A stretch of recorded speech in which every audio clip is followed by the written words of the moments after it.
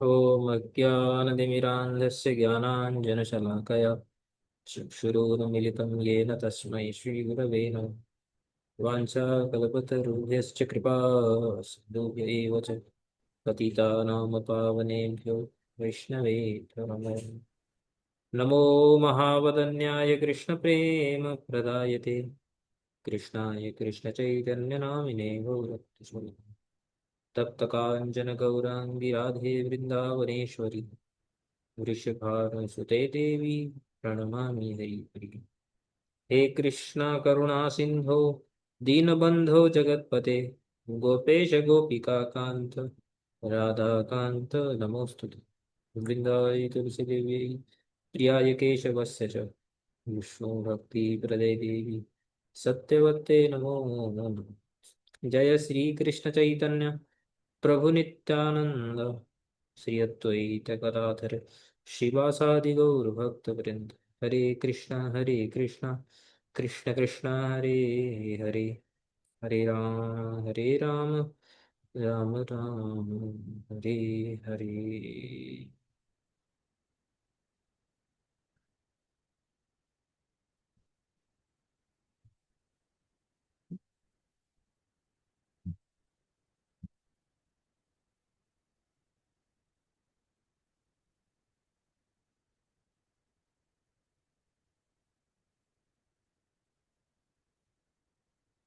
ठीक है, पिछली बार हमने ध्रुव महाराज की जो स्तुति थी उसको हमने समाप्त किया था। अब जो है प्रसंग को आगे बढ़ाते हैं, पिछले श्लोकों को एक बार जल्दी से पढ़ के।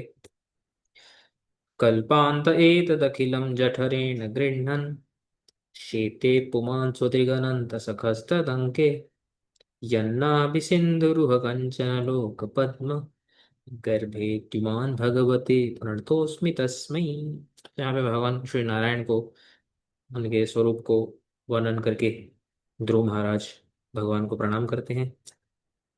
तम नित्य मुक्त परिशुद्ध वितो विबुद्ध आत्मा कूटस्थ आदि पुरुषो भगवंस्त्रयधीश यद्बुद्ध्यवस्थितमखण्डितया स्वदृष्ट्या द्रष्टास्थितावधिमको व्यतिरिक्त आसे। और इस श्लोक में ध्रुव महाराज भगवान में और जीव में क्या भेद है, नाना प्रकार के विशेषणों से भगवान और जीव में भेद बताते हैं। ये बताते हैं कि भगवान व्यतिरिक्त एक उनकी सत्ता और जीव की सत्ता बहुत में भेद है, अलग है। यस्मिन् विरुद्धगतयो ह्यनिशं पतन्ति विद्यादयो विविधशक्तयानुपूर्व्यात् तद्ब्रह्म विश्वभवमेकमनन्तमाद्यम् आनन्दमात्रमविकारमहं प्रपद्ये। और भगवान में परस्पर विरोध भाव दिखने वाली शक्तियाँ हमेशा एक साथ जो हैं अपने कार्य को निष्पन्न करती हैं। और ऐसे जो ब्रह्म है, आनंद मात्रम अविकारम, जो भगवान है अनंत है और आदि है, ऐसे भगवान को मैं प्रणाम करता हूँ।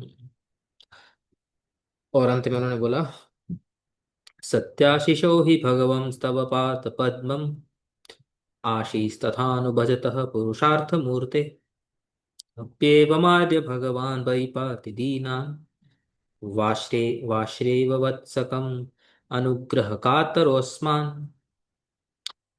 तो जो पुरुषार्थ मूर्ति समझ के आपका भजन करते हैं, जो निष्काम भाव से आपका भजन करते हैं, आप उनको तो अपनी प्रेम भक्ति प्रदान करते ही हैं। लेकिन हमारे जैसे जो दीन है, मेरे जैसे जो दीन है, जिन्होंने कामना के वश होकर आपका भजन किया था, मेरे ऊपर भी आप कृपा करें। हे हे आर्य, हे आर्य, हे भगवान। आप जो हैं, आप जिस प्रकार एक गौ अपने बछड़े को पालन करती है, उसकी रक्षा करती है, मेरे जैसे सकाम भक्तों की भी आप, जैसे आप निष्काम भक्तों की रक्षा करते हो और उनका पालन करते हो, यानी उनको प्रेम भक्ति प्रदान करते हो और सकामत्व इत्यादि पशुओं से आप उनकी रक्षा करते हो, ऐसे भी आप मेरी रक्षा कीजिए। तो पूरी प्रार्थना में ध्रुव महाराज जी का जो एक गिल्ट है सकाम भाव से भगवान की भक्ति करने का, वो प्रकट होता ही है जगह जगह पे। अभी आगे बढ़ते हैं। मैत्रेय उवाच अथाभिष्टुत एवं वै सत्सङ्कल्पेन धीमता भृत्यानुरक्तो भगवान् प्रतिनन्द्येदमब्रवीत्। अथ, तो फिर से जो है एक अलग सेक्शन, एक सेक्शन खत्म हो गया, दूसरा जो एक टॉपिक वो शुरू हो रहा है, इसलिए अथ शब्द प्रयोग हुआ है। अथ वही एवं सत्संकल्पेन धीमता।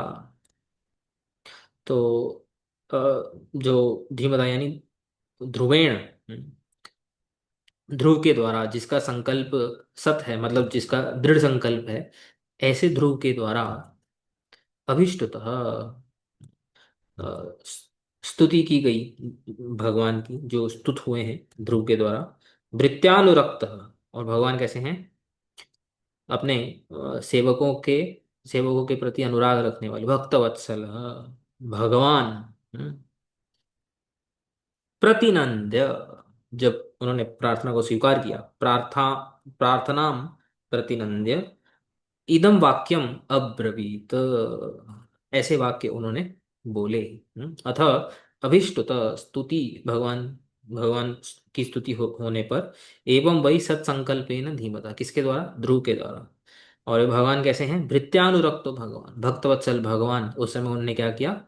प्रत्यनंदम, उस स्तुति को स्वीकार किया, और एवं इदम अब्रवीत, तो इस प्रकार वे बोलने लगे। क्या बोलने लगे? वो अगले श्लोक में आता है। श्री भगवान उवाच। तो अगर आपको याद होगा कि ध्रुव महाराज ने पहले जब प्रार्थना शुरू, भगवान की जो है तपस्या इत्यादि जब शुरू की थी, तो उनके मन में सकाम भाव था। किंतु भगवान के दर्शन करने के बाद उन्होंने माइंड चेंज कर लिया और बोलते कि नहीं, मुझे आपकी भक्ति चाहिए, मुझे ये सब राज्य इत्यादि वो नहीं चाहिए। तो ये बैकग्राउंड है। अब भगवान क्या करते हैं, अब वो देखते हैं। वेदां ते व्यवस्थितं हृदिराजन्यबालकः तत्प्रयच्छामि भद्रं ते दुरापमपि सुव्रत।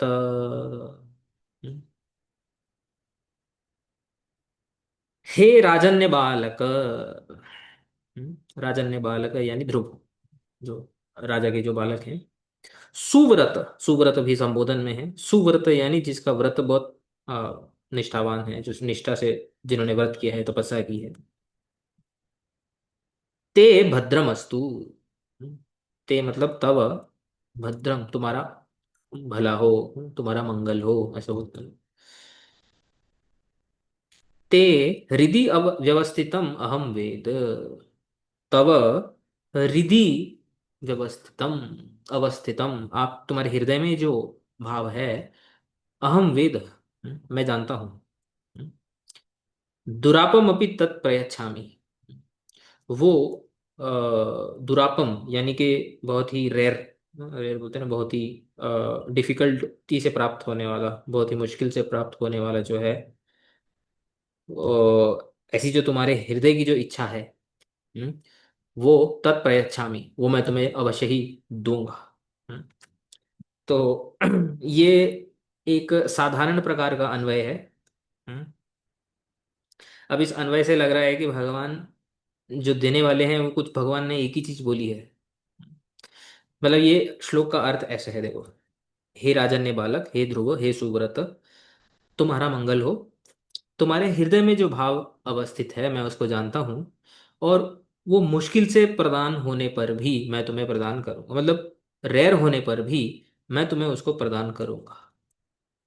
अब ऐसा लग रहा है कि शायद शायद एक ही अ, कुछ देने की बात कर रहे हैं। और वो क्लियर भी नहीं है कि क्या देने की बात कर रहे हैं।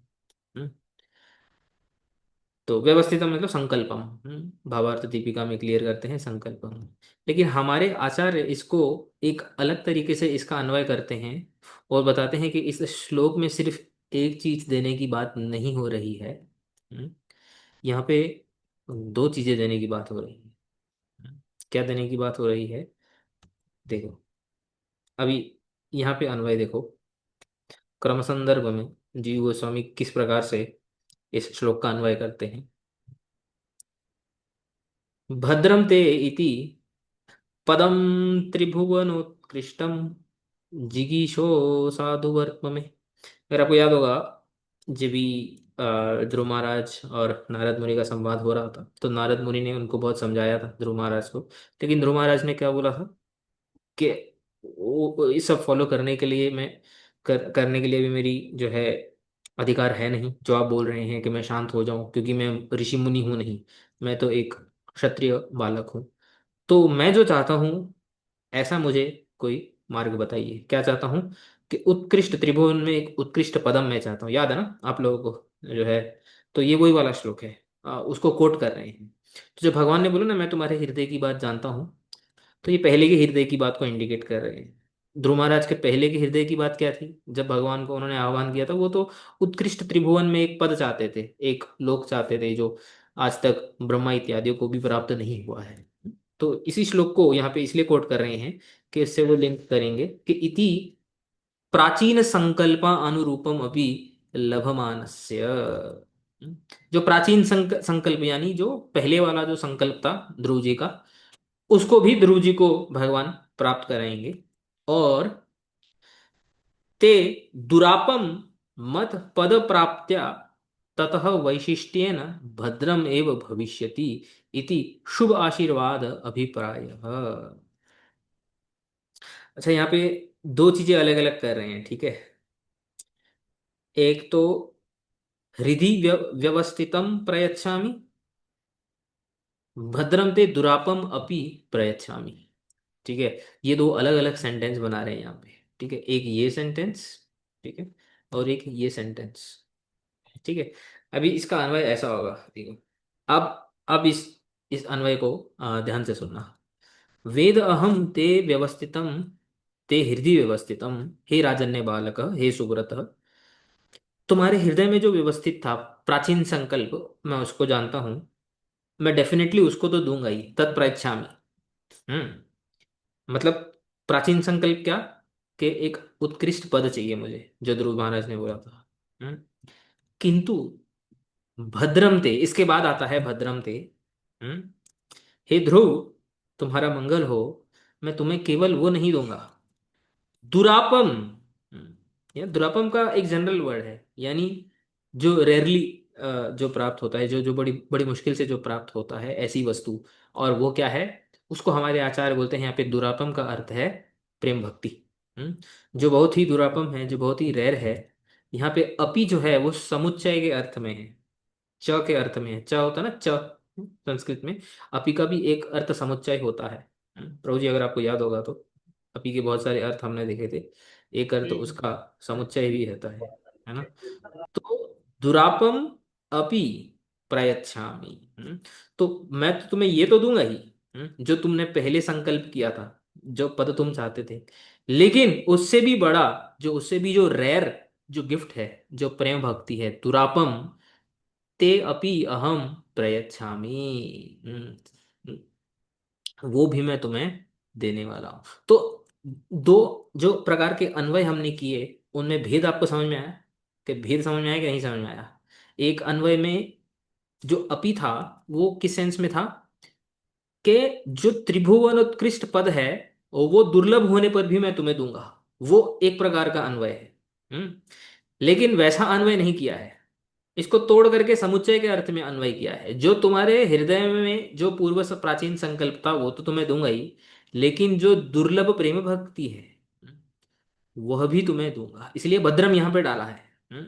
अभी ऐसे पढ़ो एक सेंटेंस, और उसके बाद भद्रम बीच में डाला है, ये जो संबोधन है। इसलिए यहाँ पे जीव गोस्वामी क्या बोल रहे हैं? हम्म? भद्रम एव भविष्यति इति शुभ आशीर्वाद अभिप्राय। ये जो बीच में भद्रम आया है, तुम्हारा मंगल हो, ये शुभ आशीर्वाद का अभिप्राय यहाँ पे बोल रहे हैं। कि इसके आगे जो वो बोलने वाले हैं, स्पेशल गिफ्ट जो वो देने वाले हैं, वो तुम्हारा मंगल हो, कि मैं तुम्हें और भी एक चीज देने वाला हूँ। जैसे कि एक बच्चा अपने पिताजी से कुछ मांगता है ना, ये तो तुम्हें दूंगा ही, लेकिन मैं जो है, क्योंकि तुमने चलो जैसे पढ़ाई अच्छी की, अच्छे मार्क्स लेकर, तो मैं ये अपनी तरफ से भी मैं दूंगा। इस प्रकार का एक स्टेटमेंट है भगवान का। समझ में आया कि नहीं समझ में? पर एक बार अगर प्रेम भक्ति प्रदान हो गई तो उसके बाद ये राज्य का क्या ही मतलब जो उनको वो देंगे। देखो भगवान को, जब भगवान प्रकट, भगवान का एक नाम है कि सत्य संकल्प, जैसे जब भी वे आते हैं, चाहे कोई भी भगवान का आह्वान करे, अगर भगवान अगर संतुष्ट हो के भगवान यदि प्रकट होते हैं, तो जो उन्होंने पहले मांगा था भगवान का आह्वान करने के लिए, वो भी वो देते ही देते हैं, क्योंकि भगवान सत्य संकल्प है। वो जिस भी संकल्प के पहले तो वो, पहले तो किस संकल्प से ध्रुव के पास आए थे? पहले तो उसी संकल्प से आए थे ना, कि ध्रुव के अंदर जो इच्छा थी, प्रकट होने से पहले। तो क्योंकि ध्रुव महाराज ने वो चीज पहले मांगी थी, इसलिए वो भी देंगे। हम्म, और ये भी देंगे, प्रेम भक्ति भी देंगे, ऐसा है। समझे। तो विश्वनाथ चक्रवर्ती ठाकुर भी बोलते हैं ये श्लोक को कोट करके, पदम त्रिभुवन उत्कृष्टम जिगीषो साधु वर्तम में, ब्रूहि अस्मत् पितृभि ब्रह्मन् अन्यैरपि अनधिष्ठितम। तो जो मेरे पिता इत्यादियों से, और इवन जो है ब्रह्मा इत्यादियों से जो अनधिष्ठित पद है, ऐसे पद को प्राप्त करने के लिए मुझे मार्ग बताइए, ये ध्रुव महाराज ने पहले बोला था। तो श्री विश्वनाथ चक्रवर्ती ठाकुर इस श्लोक को उसी सेंस में लेते हैं, ऑब्वियसली, जैसे जीव गोस्वामी ने लिया है। वो बोलते हैं, राजन्य बालक इति तव ऐश्वर्य स्पृहा। ऐश्वर्य स्पृहा यानी पद की जो स्पृहा, जो इच्छा है, स्वाभाविकी एव इति तद हम प्रयच्छामि। हम्म, तो पहले इतना अन्वय कर रहे हैं, मैं जानता हूं कि तुम्हारे अंदर जो ऐश्वर्य इच्छा थी, हे राजन्य बालक, राजन्य बालक इसलिए बोला है क्योंकि तुम राजा के बालक हो। तुम्हारे अंदर जो क्षत्रिय बालक हो ना तुम, तुम्हारे अंदर राज्य की इच्छा स्वाभाविक ही है, इट इज वेरी नेचुरल, तुम्हारा दोष नहीं है उसमें, राइट। इसलिए यहाँ पे जो संबोधन में जो पद यूज किया है वो राजन्य बालक पद यूज किया है। तत्प्रयच्छामि, वो मैं तुम्हें दूंगा, इतना बताया। विश्वनाथ चक्रवर्ती ठाकुर एक और इंटरेस्टिंग यहाँ पे एक बात लिखते हैं, इति उक्ते, जब इतना श्लोक जब बोल दिया था, ये वाला हाईलाइटेड जो फर्स्ट पार्ट जब बोल दिया था, तो फिर क्या हुआ?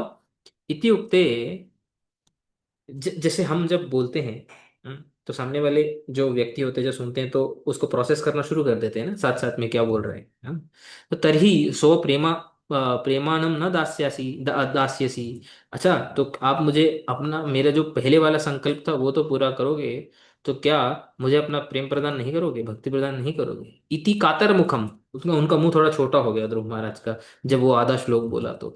इति कातर मुखम तम आश्वासयति भद्रम ते इति मां चिंतय। उनको आश्वासन देने के लिए जब उनका मुंह छोटा हो गया, फिर उन्होंने बोला, अरे तुम्हारा मंगल हो, तो मतलब तुम टेंशन मत लो, राइट, के दुरापम अपि, जो दुर्लभ प्रेम भक्ति जो तुमने मुझसे मांगी थी, तदपि अहम प्रयच्छामि। तो दुरापम इति मा चिंतय प्रेमाणम अपि प्रयच्छामि, अपि कारार्थः। ये अपि से जो है समुच्चय के अर्थ से, त्वया पूर्वम यथा प्रार्थितम, ये पूर्व प्रार्थित का श्लोक यहाँ पे कोट किया है। तो समझ में आया, ये श्लोक से हमारे आचार्यों ने क्लैरिफाई किया कि दोनों चीजें देंगे, और ये आगे भी क्लैरिफाई होगी, आगे भी इसका प्रमाण आएगा श्लोकों में। आगे हम देखेंगे, ठीक है। तो दोनों चीजें प्रदान की है। हम्म, तो इस श्लोक से ऐसा अन्वय नहीं करना चाहिए कि भगवान ने खाली जो है, जो सुदुर्लभ जो राज्य है खाली वही प्रदान किया, नहीं, राज्य को एक एक चीज है, और सुदुर्लभ जो कृष्ण प्रेम है, जो प्रेम भक्ति है, वो अलग चीज है। दोनों वस्तुएं प्रदान की है भगवान ने। हालांकि श्लोक से ऐसा लग सकता है, कई कई हो सकता है कई कई जगह पे ऐसा अन्वय हो कि एक ही चीज दी है भगवान ने, बट यहाँ पे हमारे आचार्यों का मत ऐसा नहीं है। हमारे आचार्यों ने क्लियरली इसके दो वाक्यों से, वाक्यों के रूप में इसका अन्वय किया हुआ है, और दोनों चीजें भगवान ने दी हुई हैं, ऐसा आचार्यों का मत है। अच्छा, जो उनको राज्य दिया है, ध्रुव महाराज को जो लोक दिया है, ध्रुव लोक, वो कैसा होगा, अभी उसको यहाँ पे उसको विवरण करते हैं, उसका यहाँ पे बताते हैं। नान्यैरधिष्ठितं भद्र यद्भ्राजिष्णु ध्रुव श्रुति, यत्र गृहरिक्षताराणां ज्योतिषां चक्रमाहितं, मेढ्यां गोचक्रवत्स्थास्नु परस्तात् कल्पवासिनां, धर्मोऽग्नि कश्यप शुक्र मुनयो ये वनौकसः, चलन्ति दक्षिणीकृत्य भ्रमन्तो यत्स तारका। हे भद्र। हम्म, हे जब भद्र जैसे एक मतलब होता है वो जेंटल, ऐसे बोलते हैं ना इंग्लिश में। हे भद्र, यत भ्राजिष्णु ध्रुवशिति ही, ध्रुवशिति यानी ध्रुवलोक। हम्म, जो ध्रुवलोक की जो मैं बात कर रहा हूँ, जो मैं तुम्हें प्रदान करूंगा वो कैसा होगा? भ्राजिष्णु, प्रकाशमान होगा। हाँ, सब लोगों को प्रकाश करने वाला होगा। यत्र यस्मिन, जिसमें गृह रक्ष ताराणाम ज्योतिषाम चक्रम आहितम। यहाँ पे जितने भी ग्रह हैं, अंतरिक्ष हैं, जितने भी तारा नाम यानी जो स्टार्स इत्यादि हैं, और ज्योतिषाम जितने भी कॉन्स्टलेशंस हैं, चक्रम वो जितने भी प्लैनेट्स हैं, उन सबसे आहितम, आहितम यहाँ पे बताएंगे, उन सबसे अर्पितम यानी सब प्रकार के जो गृह रक्ष तारा इत्यादि हैं उसमें होंगे। मतलब बहुत ही ब्राइट होगा, बहुत ही प्योर होगा तुम्हारा लोक। तत्प्रयच्छामि इति उक्तम किम तद। हाँ, जो मैं तुम्हें दूंगा वो क्या है, वो इस श्लोक में बता रहे हैं। इति अपेक्षायाम आह न अन्यैरिति सर्वद्वाभ्याम, सार्धद्वाभ्याम, न अन्य अधिष्ठितम।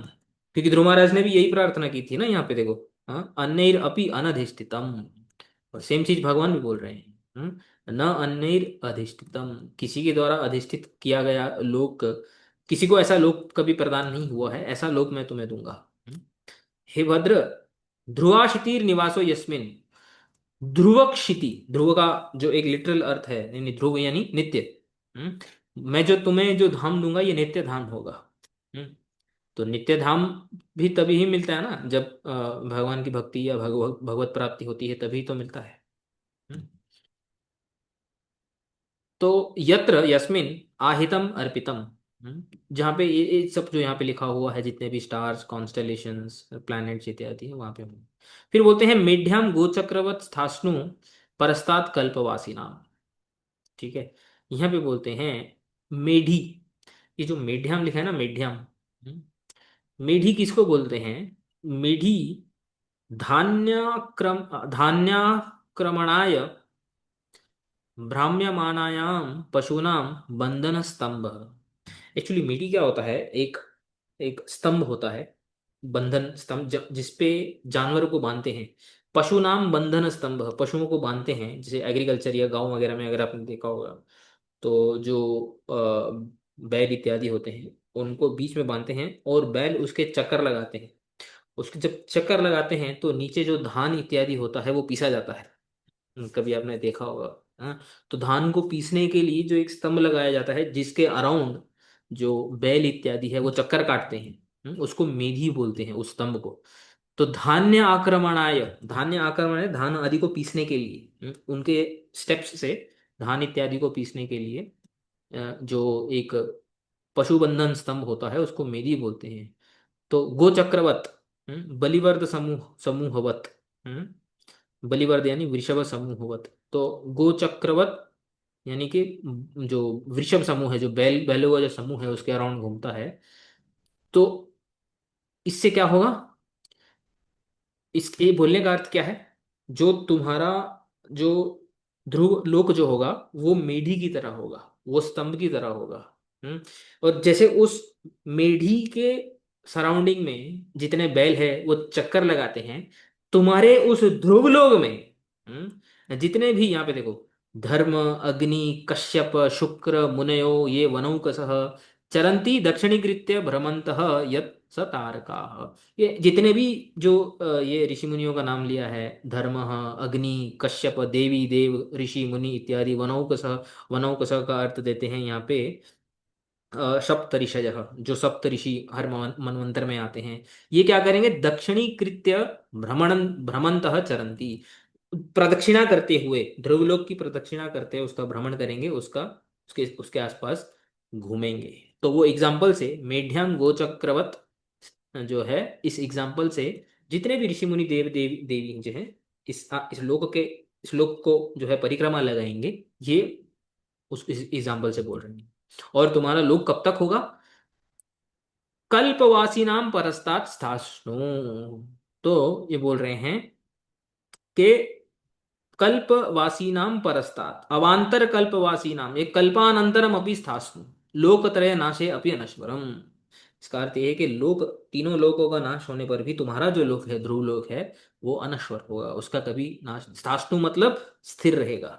स्थिर, स्थिर, स्था, स्था से आता है स्थास्तु। स्थास्तु। तो पूरे श्लोक का अर्थ समझ में आया। किसी को भी ऐसा पद प्राप्त नहीं हुआ है हे ध्रुव। तुम्हें जो ध्रुवलोक प्राप्त होगा वो प्रकाशमान होगा, जिसमें सारा तारा, अंतरिक्ष, ग्रह इत्यादि जो हैं, उन सब से भरा हुआ होगा। और गो चक्रवत मेढी की तरह जितने भी धर्म, अग्नि, कश्यप, शुक्र मुनि, वनाउकसा इत्यादि जितने भी देवी देवता ऋषि मुनि हैं, वो उसकी परिक्रमा लगाएंगे, दक्षिणी कृत्य भ्रमण करेंगे। और ये कल्पानंतरम अभिस्थास्नु, कल्प के बाद भी ये रहेगा। ये जो है, ये 2.5 श्लोक का। तो ये जो यहाँ पे 2.5 श्लोक है, ये इसका अर्थ है। तो विश्वनाथ चक्रवर्ती ठाकुर इसके दो अर्थ बताते हैं। ये जो यहाँ पे लिखा है ना, स्थास्नु परस्तात् कल्पवासी नाम। दो मत बताते हैं विश्वनाथ चक्रवर्ती ठाकुर के। इसके मतलब क्या है? अवांतर कल्पवासी नाम परस्तात् महाकल्प पर्यंतम स्थास्नु। तो एक कल्प होता है और एक महाकल्प होता है। ठीक है, कल्प ब्रह्मा जी का एक दिन होता है, महाकल्प ब्रह्मा जी की पूरी आयु होती है।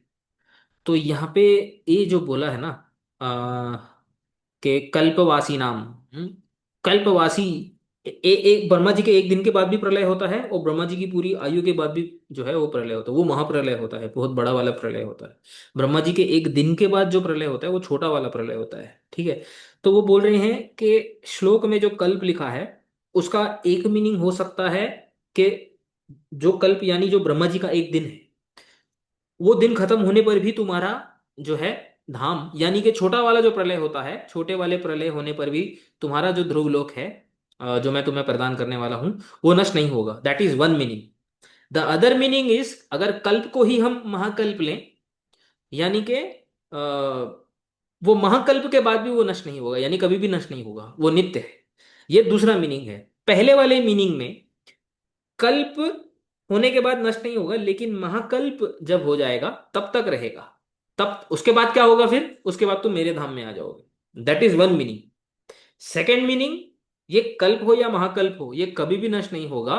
तुम हमेशा ही ध्रुवलोक में रहोगे, यानी वो Dhruvlok is not different from me, यानी वो ही मेरा धाम है। ये दो मीनिंग समझ में आया आपको, मैंने जो दो मीनिंग बोला? आप तो यहाँ पे दो दो मीनिंग अभी यहाँ पे देखो बोल रहे हैं। अवांतर कल्पवासी नाम परस्तात् महाकल्प पर्यंतम स्थास्म। कल्प यानी ब्रह्मा जी का एक दिन होने के बाद भी रहेगा। कब तक रहेगा? महाकल्प पर्यंतम, यानी ब्रह्मा जी की आयु तक रहेगा। अच्छा, उसके बाद क्या होगा? ततो महाप्रलय सती ध्रुवस्य महावैकुंठ आरोहणम। जब महाप्रलय आ जाएगा, यानी ब्रह्मा जी की आयु जब समाप्त हो जाएगी, तो तुम्हारा वैकुंठ आरोहणम हो जाएगा। इति केचित, ऐसा कई जो है जो है विद्वानों का मत है। That is one understand. ब्रह्मांड मध्यवर्तित्वे अपि श्वेतद्वीप मथुरा द्वारका आदीनाम इव ध्रुवलोकस्य अपि नित्यत्वम। ये दूसरा मत ये है कि ब्रह्मांड में रहते हुए भी, चाहे कल्प हो चाहे महाकल्प हो, जिस प्रकार श्वेतद्वीप, मथुरा, द्वारका, वृंदावन नित्य बोलते हैं ना हम इनको, तो जैसे ये सब जगहें भगवान के धाम जो हैं ये नित्य हैं, ऐसे ही ब्रह्मांड में तुम्हारा जो ध्रुव लोक है ये भी नित्य ही होगा। इसका भी पक्ष है, और इसके लिए तो आगे स्टेटमेंट्स भी आएंगी। जैसे फॉर एग्जाम्पल, ये कुछ कोट करते हैं, आगे ही कई श्लोक हैं। जैसे अभी हम लोग 21वें श्लोक पे हैं, तो आगे के 28वें 25वें श्लोक को ही कोट कर रहे हैं। सुदुर्लभम यत परमम पदम हरेर ततो गंतासी मत स्थानम। और एक 12वें अध्याय में के अंत में भी आएगा, आतिष्ठ जगताम वंद्यम तद विष्णु परमम पदम। तो जब ध्रुवलोक में जब जाएंगे ध्रुव महाराज, तो बोलेंगे कि ये विष्णु परमम पदम, भागवत में ही आते हैं कि ये भगवान का ही धाम है। तो दो दो दो मत है। या तो ध्रुवलोक में महाप्रलय तक रहेंगे, महाकल्प तक रहेंगे, और फिर वैकुंठ में जाएंगे, या फिर हमेशा ही ध्रुवलोक में रहेंगे, और उससे ध्रुवलोक क्या हो गया? वही वैकुंठ हो गया। उसमें कोई भेद नहीं। ये दो मत यहाँ पे इन्होंने स्थापित किए। इति ध्रुवस्य वैकुंठ पदाधिरोहणम इत्यादि प्रमाणेभ्यो भगवत लोकत्वेन नित्यत्वान। तो भगवत लोक की तरह ध्रुव लोक भी नित्य है। महाकल्पवासी नाम अपनी परस्तात् अपरे। तो इसलिए कुछ लोग क्या बोलते हैं? अपरे। इधर केचित बोला था। कुछ कुछों का ऐसा मत है, और कुछ कुछों का कैसा मत है कि महाकल्पवासी नाम अपनी परस्तात्। तो कल्प के दो अर्थ हैं। तो श्लोक में जो कल्प आया है, तो उसको या तो आप कल्प लें या तो आप महाकल्प लें। तो कल्प लेंगे तो पहला अर्थ, महाकल्प लेंगे तो दूसरा अर्थ। ठीक है, अब आगे बढ़ते हैं। प्रस्थिते तु वनं पित्रा दत्त्वा गां धर्म संश्रयः षट्त्रिंशद्वर्ष साहस्रम रक्षिताव्या रक्षिताव्याहतेन्द्रियः। क्या बोल रहे हैं? गाम दत्वा, गाम का अर्थ क्या होता है? गाय। गाय। गो अगर गाय लेंगे तो, लेकिन यहाँ पे गो का अर्थ पृथ्वी है। गांव गांव भी बोल सकते हैं ना। नहीं नहीं नहीं, ना। गांव कहाँ से आ वो गया? ग्राम होता है। वो ग्राम, वो अलग है। तो गो से गाम आता है। द्वितीय में शायद। तो गो का एक अर्थ तो गाय है, लेकिन एक अर्थ पृथ्वी भी है, आप जानते हैं ना, गो का एक अर्थ पृथ्वी है। हम्म। तो गाम दत्वा पित्रा वनम प्रस्थिते। तो अभी इसके बाद क्या होने वाला है, भगवान वो भी बता रहे हैं कि मैंने तो तुम्हें आशीर्वाद दे दिया है, लेकिन जब तुम जाओगे वापस अपने राज्य में, तो गाम यानी पृथ्वी का जो राज्य है, वो तुम्हारे पिता तुम्हें प्रदान कर देंगे। हम्म। और वो कहाँ चले जाएंगे? वो वन में चले जाएंगे, वनवास ले लेंगे। वानप्रस्थ। हम्म। तो गाम दत्वा पित्रा वनम प्रस्थिते, वन वन में प्रस्थान करेंगे। और तुम क्या करोगे फिर? हम्म। अव्याहतेन्द्रिय धर्म संश्रय षट्त्रिंशत् वर्ष साहस्रम पर्यंतम पृथ्वी रक्षिता। क्या बोल रहे हैं देखो, जब तुम्हारे पिताजी तुम्हें अ, पृथ्वी का राज्य दे देंगे और वन में चले जाएंगे, तो तुम अव्याहतेन्द्रिय, व्या व्या व्याहतानी भ्रांतानी, व्याहत यानी भ्रांत हो जाना, यानी कंफ्यूज हो जाना, या पथ से भ्रष्ट हो जाना, धर्म से भ्रष्ट हो जाना, या फिर क्षत्रिय धर्म से भ्रष्ट हो जाना, राज्य धर्म से भ्रष्ट हो जाना, उसको बोलते हैं व्याहत, व्याहत, भ्रांत। अव्याहत मतलब नेगेशन लगा देना, यानी अभ्रांत। यानी कि तुम्हारी इंद्रियां, यानी कि तुम्हारे इंद्रिया, तुम्हारा मन इत्यादि कभी भी धर्म से भ्रांत नहीं हो, मतलब धर्म से डाइवर्ट नहीं होगा। तुम धर्म के मार्ग पे रहते हुए ही, इसलिए बोला है, अगला ही शब्द बोला है, धर्म संश्रय, धर्म आश्रय, धर्म अनुसारेण, भ्रांत न होते हुए, तुम्हारी इंद्रियां भ्रांत न होते हुए, धर्म का आश्रय लेते हुए तुम क्या करोगे? इस आप ध्रुवलोक में जाने से पहले, ध्रुवलोक में तो बाद में जाओगे, ध्रुवलोक में जाने से पहले षट्त्रिंशद वर्ष साहस्रम रक्षिता। षट्त्रिंशद वर्ष साहस्रम, 36,000 वर्षों के लिए तुम पृथ्वी पे राज करोगे। 36,000, ये ध्रुवलोक में जाने से पहले। ठीक है ना? अभी ध्रुवलोक में अभी नहीं जा रहे हैं, पहले तो अपना ये जो जो उन्होंने जो अभी जो जन्म लिया है, पहले तो ये कंप्लीट करेंगे ना। तो वो बोल रहे हैं 36,000 साल के लिए पहले तुम पृथ्वी पे राज करोगे, उसके बाद ध्रुवलोक में जाओ। तो पिछले पहले के श्लोक में जो हमने दो ऑप्शन पढ़े थे, वो ध्रुवलोक में जाने के बाद है। ये तो है ही है, 36,000 साल तक इस पृथ्वी पे राज करोगे, फिर ध्रुव ध्रुवलोक में जाओगे, तो वो ध्रुवलोक या तो महाकल्प तक चलेगा, और उसके बाद तुम वैकुंठ जाओगे, या तो फिर वही ध्रुवलोक जो है हमेशा हमेशा के लिए, वो वैकुंठ ही है, वो it is not different from Vaikuntha. यानी इसके बाद ही 36,000 साल बाद ही तुम्हारा वैकुंठ आरोहण हो जाएगा। ये अर्थ है, ये सिचुएशन समझ में आएगा नहीं पूरा? हम्म। तो यहाँ पे भावार्थ दीपिका में बोलते हैं, एतत् च राज्यानंतरम भविष्यति इत्याह। एतत् मतलब, यहाँ पे बोलते हैं दीपिका प्रकाश में, पूर्व पदे मदुक्तम। मैं वही बोल रहा हूँ, ऊपर जो उन्होंने बोला ना कि ध्रुवलोक में जाओगे, वो ध्रुवलोक में अभी नहीं होएगा। राज्य अनंतरम भविष्यति, पहले तुम यहाँ पे राज्य करोगे, इस पृथ्वी पे राज्य करोगे। उसके बाद ध्रुवलोक में जाओगे। प्रस्थित इति तुभ्यम पृथ्वीम दत्वा, गाम दत्वा इत्युक्ते पृथ्वीम दत्वा वनम प्रस्थिते। आपके पिताजी पृथ्वी तुम्हें दे करके वन में चले जाएंगे।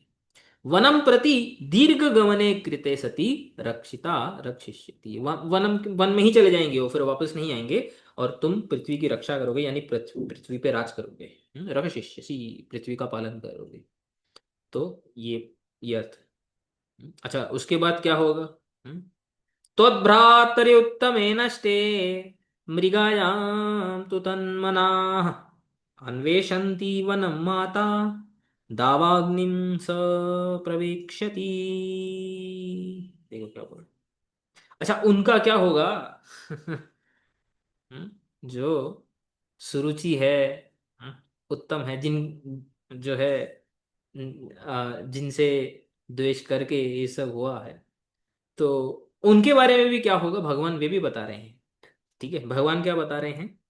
त्वद भ्रातरी, हम्म, उत्तमे नष्ट, आप तुम्हारे जो भाई हैं, हम्म, वो मृगायाम, यानी जब हंटिंग होती है ना, हंटिंग जो करते हैं, तो राजा जो पहले हंट वगैरह करते थे, तो जब वो जाएंगे हंट करने, तो हंट करते करते वे उनकी मृत्यु हो जाएगी बहुत ही जल्दी, मतलब जवानी में ही। और उनकी जो माता है, सुरुचि, हम्म, तन मनाह, मतलब क्योंकि अपने पुत्र के प्रति वो आसक्त होगी, तो वो देखने जाएगी मेरा पुत्र कहाँ है, वो भी जंगल में जाएगी, और फिर क्या हो जाएगा, वनम अन्वेषंती, वो वन में अन्वेषण करेगी, अरे मेरा पुत्र कहाँ है, मेरा पुत्र कहाँ चला गया। सा माता दावा अग्निम प्रवेक्षति, और वन की जो अग्नि है, दावानल है, उसमें उसका प्रवेश हो जाएगा, यानी कि उसकी भी मृत्यु हो जाएगी। ऐसा तो ध्रुव ने कोई वर नहीं मांगा था। ये तो नहीं बोल इसमें रहा था ना। उत्तम की तो कुछ गलती भी नहीं थी ना, मतलब उसकी मम्मी ने जितना सुनाया वो डिफरेंट था, बट उत्तम ने थोड़ी कुछ बोला था ध्रुव को। हाँ तो बताता हूँ। ठीक है, कि उसका कारण क्या है। पहले तो प्रश्न तो ये भी उठता है कि सबसे पहले तो ध्रुव ने तो ये नहीं, ऐसे ऐसे ध्रुव ने तो सुरुचि का भी नाश हो ये भी नहीं मांगा था, तो भगवान ये क्यों बोल रहे हैं? भगवान ने अपनी तरफ से कोई एक्स्ट्रा क्यों ऐड किया है? चलो वो तो दो चीजें जो भगवान ने पहले दी वो तो समझ में आया, लेकिन जो है उत्तम नष्ट हो जाएगा, उसकी माता की भी मृत्यु हो जाएगी, ये साथ में जो है बोनस। क्यों, ऐसा क्यों? पहले तो ये प्रश्न उठता है, माता का प्रश्न उठता है, फिर वो उत्तम के प्रश्न पे बाद में आते हैं। तस्य असंकल्पम अपि, अस्य, तस्य यानी ध्रुवस्य असंकल्पम, उसने इस ऐसा कुछ संकल्प थोड़ी लिया था नारद मुनि से, या उसने तो खाली ये मांगा था कि मेरे को राज्य चाहिए, उसने ये नहीं बोला था कि ये लोग मर जाएं करके। हम्म तो वैसे तो कोई संकल्प नहीं किया था ध्रुव ने, तस्य असंकल्पम अपि। भगवान फिर भी बोल रहे हैं, क्यों बोल रहे हैं? हमारे आचार्य बहुत ही बढ़िया अर्थ देते हैं यहाँ पे। भगवान ऐसे नहीं है कि कुछ भी अर्थ दे रहे, ऐसे नहीं है, बोलते हैं मद्भक्तस्य तव द्रोहाद एवं भविष्यति इतियाह त्वद्भ्राता भ्रातर इति। मेरे भक्त का द्रोह किया है उन्होंने। चलो माता का ले लेते हैं, उत्तम पे आएंगे। हम्म तो मेरे भक्त का द्रोह किया है सुरुचि ने, इसलिए भगवान ऐसा उनको, उनके साथ ऐसा होगा, इसलिए ये ऐसा बोल रहे हैं। सा सुरुचि ही दावा अग्नि में प्रवेक्षति, सुरुचि जो है वो दावा अग्नि में चली जाएगी, जल जाएगी। अब इस पे भी एक प्रश्न उठता है। हम्म प्रश्न ये उठता है, भक्त तो अभी बने ध्रुव, है ना? पहले जब भी सुरुचि ने, जब भी उनको बोला था कि मेरे गर्भ से तुम जो है भगवान से प्रार्थना करो, मेरे गर्भ से तुम्हारा जन्म हो, तभी ही तुम अपने पिताजी के जो है राज्य पे बैठने के योग्य होगे, इत्यादि ये सब जब बोला था, तभी तो ध्रुव महाराज कोई ऐसे शुद्ध भक्त प्रकार के तो थे नहीं, है ना? भक्त तो अभी बने ना, तो उनका ध्रुव के प्रति जो अपराध है वो तो पहले हुआ, उस टाइम पे तो वे शुद्ध भक्त नहीं थे। ये प्रश्न उठ सकता है, वैलिड प्रश्न है। तो अपराध तो पहले हुआ है, तो यहां पे ये कैसे बोल दिया श्रीधर स्वामी ने कि मद्भक्तस्य तव द्रोहाद, मेरे भक्त के प्रति जो द्रोह किया है उसकी वजह से तुम्हारा यही हाल होगा। समझ में आया कि नहीं क्वेश्चन? कि भक्त तो अभी बने, अपराध तो पहले हुआ था जब वो सॉर्ट ऑफ शुद्ध भक्त नहीं थे। उसको क्लैरिफाई करते हैं, आगे वाली टीका देखो, पिछले वाली टीका को भी क्लैरिफाई करती है, जीव गोस्वामी इसको क्लैरिफाई करते हैं क्रम संदर्भ में। पूर्वमपि निगूढ़ भक्ति संस्कारेण मद्भक्तस्य एव तव द्वेषात् त्वयोः एवं स्यादिति आह त्वदिति। यानी कि मतलब कि हो सकता है कि अ, साक्षात रूप में भक्ति दिखाई ना दे रही हो ध्रुव महाराज के अंदर, बट डेफिनेटली उनके अंदर भक्ति संस्कार थे पहले के जन्मों से। पहले के जन्मों से भक्ति संस्कार होने से भी उनको शुद्ध भक्त ही बोला जाता है। जब तक भक्ति के संस्कार उदय प्रकट ना भी हुए हों, राइट, ऐसा लग भी रहा हो कि कोई व्यक्ति जो है एकदम, जैसे फॉर एग्जाम्पल एक भक्त है जिसकी इस जन्म में मृत्यु हो जाती है। हाँ, भक्ति के संस्कार तो हैं उसके अंदर। अभी एकदम पैदा होने से ही थोड़ी वो 16 राउंड्स करना शुरू कर देगा, माला करना शुरू कर देगा, भगवान का नाम लेना शुरू कर देगा, ऐसे थोड़ी होगा। उसका जब दूसरा जन्म होगा तो दूसरे जन्म में कुछ तो सराउंडिंग्स ऐसे बनेंगी कि उसके आसपास फैमिली में, फ्रेंड्स में, कहीं पे तो जगह पे उसको संग मिलेगा, उसको वैष्णव संग मिलेगा। फिर उन वैष्णव संग में क्योंकि उसकी पहले के संस्कार है, उसकी नेचुरली श्रद्धा जो है वो उत्पन्न होने चालू हो जाएगी। और फिर उसके बाद जाके उसकी भक्ति प्रकट होगी। तो जब तक उसकी भक्ति प्रकट नहीं हुई है, उस जन्म में, उस अगले जन्म में वो भक्त नहीं है ऐसा नहीं बोल सकते, क्योंकि उसके हृदय में भक्ति के संस्कार हैं पहले से। तो इसे वही बोल रही हैं कि जीव गोस्वामी बता रहे हैं, पूर्वमपि निगूढ़ भक्ति संस्कारेण मद्भक्त से एव तव द्वेषात् तयोरेवं स्याद् इति आह।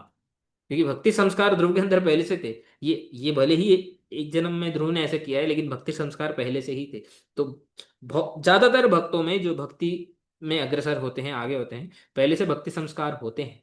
एकदम से कोई भक्ति नहीं करना शुरू होता, तो काफी जन्म के जो सुकृतियां हैं वो जब इकट्ठी होती है तभी श्रद्धा इत्यादि उत्पन्न होती है। इसे भक्ति रसामृत सिंधु में रूप गोस्वामी बताते हैं। तो इसलिए वो बता रहे हैं कि पहले से भक्ति संस्कार थे ध्रुव के अंदर। भले ध्रुव ने भक्ति को प्रकट नहीं किया, बट वो भक्त हैं। और भावार्थ दीपिका प्रकाश में भी वही बताते हैं, पूर्वमपि निगूढ़ भक्ति संस्कार से तव मद भक्त नारद संगात उद्भूत भक्त। और क्लैरिफाई कर दिया जो मैं बता रहा था, नारद जी के संग से उनकी भक्ति एक्सप्रेस होना शुरू हुई, और भगवान के दर्शन से तो और ज्यादा एक्सप्रेसिव हो गई। बट क्योंकि वो भक्ति उद्भूत नहीं हुई थी, अनुद्भूत रूप से। अनुद्भूत रूप से मतलब सीड, यानी कि जो अंकुर होता है, बीज इत्यादि रूप से उनके अंदर संस्कार रूप से पहले से थी। उद्भूत बाद में हुई वो बात अलग है। हम्म? ये तन मनाह का अर्थ भी अर्थ बता रहे हैं। तन मना यानी तस्मिन उत्तम आख्य पुत्रे मनो यस्य, मतलब उत्तम में जो जिसका मन था, ऐसी माता जो है सुरुचि, वो भी दावाग्नि में प्रवेश कर जाएगी। मद भक्ते त्वयि से समात्रिके अपराधिन्याः सुरुचेर यद भविष्यति तच् शृणु इति आह त्वद भ्रातर इति। मतलब मैं, तुम जो मेरे भक्त हो, मेरे भक्त के प्रति जो तुम्हारी जो सौतेली माँ है सुरुचि ने जो अपराध किया है, उसके साथ क्या होगा वो भी सुन लो। और प्रश्न ये उठता है कि उत्तम ने क्या किया। हम्म, उत्तम ने कुछ नहीं किया, लेकिन जिस प्रकार चैतन्य भागवत में आपने पढ़ा होगा कि श्रीवास पंडित को महाप्रभु क्या बोलते हैं कि तुम्हारे घर के कुत्ते का भी जो है वो कल्याण हो जाएगा। जिस प्रकार एक भक्त पूरे अपने कुल को, अपने जो है पूरे अपनी फैमिली को साथ में लेकर उद्धार होता है, उसी प्रकार एक अपराधी सकुल उसका विनाश होता है। हम्म? जिस प्रकार एक भक्त का कुल सहित कल्याण होता है, ऐसे ही एक अपराधी का कुल सहित नाश भी होता है। तो उत्तम की कोई ऐसे खास गलती नहीं थी, लेकिन सुरुचि की वजह से उसका भी नाश हो गया। ऐसा हम इसको समझ सकते हैं। समझ में आया? समझा। हाँ। हम्म। फिर उसके बाद क्या बता रहे हैं, इष्ट्वा माम यज्ञ हृदयम यज्ञै पुष्कल दक्षिणैः भुक्त्वा चेहाशिषः सत्या अन्ते माम संस्मरिष्यसि। तो ये जो 36,000 साल का जो राज्य होगा, भगवान ये भी बता रहे हैं कि इसमें तुम क्या करोगे। बोलते हैं पुष्कल दक्षिण ही यज्ञ ही, मतलब तुम बहुत सारे यज्ञ करोगे। ठीक है, तो उस टाइम पे वैदिक काल था, सत्युग इत्यादि था। तो यज्ञ इत्यादि होते थे। तो पूर्ण दान ही मतलब पुष्कल दक्षिण ही मतलब बहुत अच्छे जो वाले जो स्पॉटलेस, जिनमें दोष रहित और बड़े बड़े अच्छे से जो यज्ञ होते हैं, ऐसे यज्ञ तुम क्या करोगे, बड़े बड़े ज्यादा दान दोगे इत्यादि, सबको संतुष्ट करोगे, देवताओं को, ब्राह्मणों को इत्यादि, ऐसे यज्ञ तुम करोगे। और यज्ञ हृदयम माम इष्ट्वा, मेरा तुम जो है यज्ञ स्वरूप में, भगवान का एक स्वरूप है यज्ञ। हाँ, यज्ञ मूर्ति। तो जो यज्ञ हृदय यानी यज्ञ मूर्ति जो मैं हूं, मुझे तुम मेरी पूजा करके, मेरी जो है यज्ञ इत्यादि करके सत्या निश्चिता इह, इह यहाँ पे इह है, इह यानी भूलोके, इस भूलोक में आशीष, आशीष यानी उत्तमान भोगान, भुक्तवा भोग करोगे, और अंते, यानी भोगावसाने, जब 36,000 साल के लिए तुम ऐश्वर्य इत्यादि का भोग जब हो जाएगा तुम्हारा, अंते माम संस्मरिष्यसि, और अंत में, अंत काले च मामेव स्मरण मुक्त्वा कलेवरम।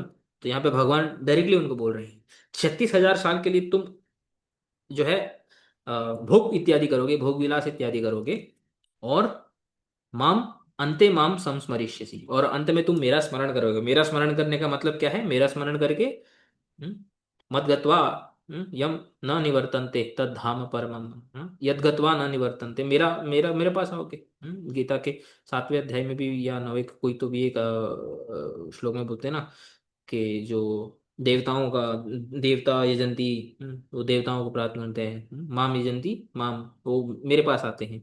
तो मेरा स्मरण करोगे और मेरे पास आ जाओगे, यानी मेरे धाम में आ जाओगे।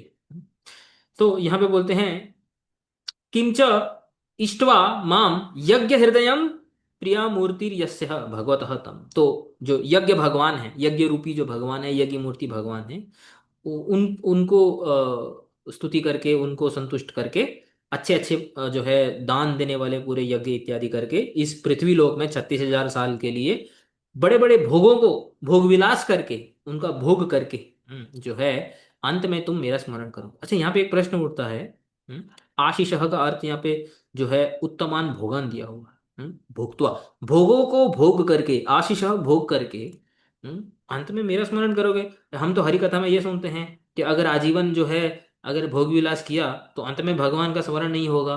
तो पहले से ही जो है ज्ञान वैराग्य सहिता भक्ति जो है हमें जो है अच्छे से जितना हो सके उसका प्रयास करना चाहिए, है ना। तो ये क्या हो गया, भगवान ने ऐसे कैसे बोल दिया कि तुम भोग करोगे, और भोग करने के बाद जो है अंत में मेरा स्मरण कर दोगे। ये तो बहुत बढ़िया बात है कि ऐसे भी हम भी, हमारे साथ भी ऐसा हो जाए, हम भी जो है आजीवन भोग करें और जो है अंत में भगवान का स्मरण हो जाए। तो उसको क्लैरिफाई करने के लिए जीव गोस्वामी, देखो कैसे कैसे डाउट जो हैं श्लोक से उत्पन्न होते हैं, और टीकाकार उसको हर एक चीज को क्लैरिफाई करते हैं कि हम किसी चीज को गलत अर्थ ना ले ले। हम्म, तो जीव गोस्वामी बोलते हैं सत्या, ये जो यहाँ पे लिखा है ना, ये सत्या, सत्या, यहाँ पे अर्थ दिया था निश्चिता। जीव गोस्वामी एक अलग अर्थ देते हैं, सत्या आशीष भुक्त्वा। सत्या जो है आशीष का विशेषण है, ठीक है। सत्या आशीष भोक्त्वा, सत्या का अर्थ क्या है, मतलब उत्तम भोगों का भोग करके, जो सत्या, सत्य यानी जो सत्य है या जो निश्चित है। एक अर्थ निश्चित है। जीव गोस्वामी सत्या बोलते हैं, सत्या का अर्थ बताते हैं मत संबंधे नेव, मेरे संबंध में जो भोग है, यानी मेरा जो प्रसाद है, उसी को जो है, उसी का भोग करके तुम क्या करोगे, मेरा अंत में तुम्हारा तुम जो है मेरा स्मरण कर दो। मत संबंधेन एव भोगादय इति अर्थ, मेरे संबंध में जो भोग आदि है, मेरे संबंध में भोग आदि मतलब भगवान के संबंध में भोग आदि मतलब क्या होता है, यानी भगवान का प्रसाद इत्यादि। अगर आपको युक्त वैराग्य, अगर आपको पता होगा भक्ति रसामृत सिंधु में रूप गोस्वामी दो प्रकार के वैराग्य बताते हैं, एक फल्गु वैराग्य और एक युक्त वैराग्य। तो युक्त वैराग्य की डेफिनेशन में भी ऐसे ही आता है लक्षण में, अगर आप देखोगे यहाँ पे, ये श्लोक आपने सुना होगा, अनासक्तस्य विषयान यथार्हम उपयुञ्जतः निर्बंध कृष्ण संबंधे युक्तम वैराग्यम उच्यते। सुना है ये श्लोक, सुना है कि नहीं? हाँ, सुना है। इसने तो सुना ही होगा। तो यहाँ पे देखो क्या बोल रहे हैं, इसका अर्थ देखो यहाँ पे निकालते हैं कि जीव गोस्वामी यहाँ पे बताते हैं, एक एक शब्द का अर्थ बताते हैं यहाँ पे, यथा, यथार्हम, यथा, यथा अर्हम यानी स्वभक्ति उपयुक्त मात्रम, यथा तथा स्यात्, स्वभक्ति उपयुक्त अपनी भक्ति के लिए जितना जरूरी है, उतना मात्र में ही, उतनी मात्रा में ही जितना है, यथा स्यात् तथा, उतना ही जितने भक्ति के लिए जरूरी है उतना। दूसरा, उपयुंजतः, उपयुंजतः यानी जो अनासक्त भाव से जो उनका भोग करता है, अनासक्तस्य भुंजानस्य पुरुषस्य उपयुंजता षष्ठी में है, अनासक्तस्य ये भी षष्ठी में है। तो दोनों जो है ये इसका विशेषण है। अनासक्त भाव से भोग करने वाला जो भक्त होता है, वो जितना जरूरी है, यथा अर्हम यानी जितना भक्ति वर्धन के लिए जरूरी है, उतने ही विषयों का जब भी वो भोग करता है। हम्म, वो कैसे करता है? हम्म, वो बोलते हैं कृष्ण संबंधे विषयान, कृष्ण संबंधे विषयान, कृष्ण संबंधी विषयों का भोग करता है। कृष्ण संबंधी विषय कौन से होते हैं? मत प्रसाद आदि, तत्प्रसाद आदि, या फिर महाप्रसाद सरक चंदन आदो, यानी भगवान का महाप्रसाद, भगवान की माला, भगवान का लगाया हुआ चंदन। नॉर्मली ये सब लग्जरियस चीजें होती हैं, है ना, मतलब अच्छा अच्छा खाना और माला वगैरह पहनना। लेकिन भगवान के प्रसाद के रूप में इन सब चीजों को ग्रहण करना, इसको बोलते हैं कृष्ण संबंधी विषयान, कृष्ण संबंधी विषयों का जो है जितना जरूरी है उतने प्रकार से उनको जो अनासक्त भाव से उनका जो भोग करता है। निर्बंध, निर्बंध यानी कृष्णमती होते हुए, कृष्ण कॉन्शियस, निर्बंध यानी कृष्ण कॉन्शियस रहते हुए, ऐसे व्यक्ति के वैराग्य को हम युक्त वैराग्य बोलेंगे। हम्म, समझ में आया? तो ये युक्त वैराग्य का लक्षण होता है। और फल्गु वैराग्य मतलब ये भी नहीं, ये भी नहीं, ये भी नहीं, ये भी नहीं, भगवान का प्रसाद भी माया है, ये भी माया है, वो एक्सट्रीम वाला जो है वो वैराग्य। तो यहाँ पे ये जो बोला है ना, भुक्त्वा आशीष सत्या, तो सत्या से इन्होंने अर्थ ये दिया है कृष्ण संबंधे विषयान, है ना। तो सत्या का अर्थ देखो, सत्या मत संबंधे नैव भोगादय। हम्म, तो बहुत ही कैसे हमारे आचार्यों का एक एक जो शब्द का अर्थ जो होता है कितना संगत होता है, कितना लॉजिकली कनेक्टेड होता है शास्त्र के अलग अलग पार्ट से, ये हमको यहाँ पे देखने को मिलता है। और विश्वनाथ चक्रवर्ती ठाकुर यहाँ पे बोलते हैं लोके यशः च तव भविष्यति इतिया। और मतलब ये दो श्लोकों को बोलने का भाव क्या है कि तुम मेरे धाम को तो प्राप्त करोगे, यानी ध्रुव लोक को तो प्राप्त करोगे ही, लेकिन लोक में भी तुम्हारा यश होगा, यानी कि तुम बड़े बड़े यज्ञ करोगे।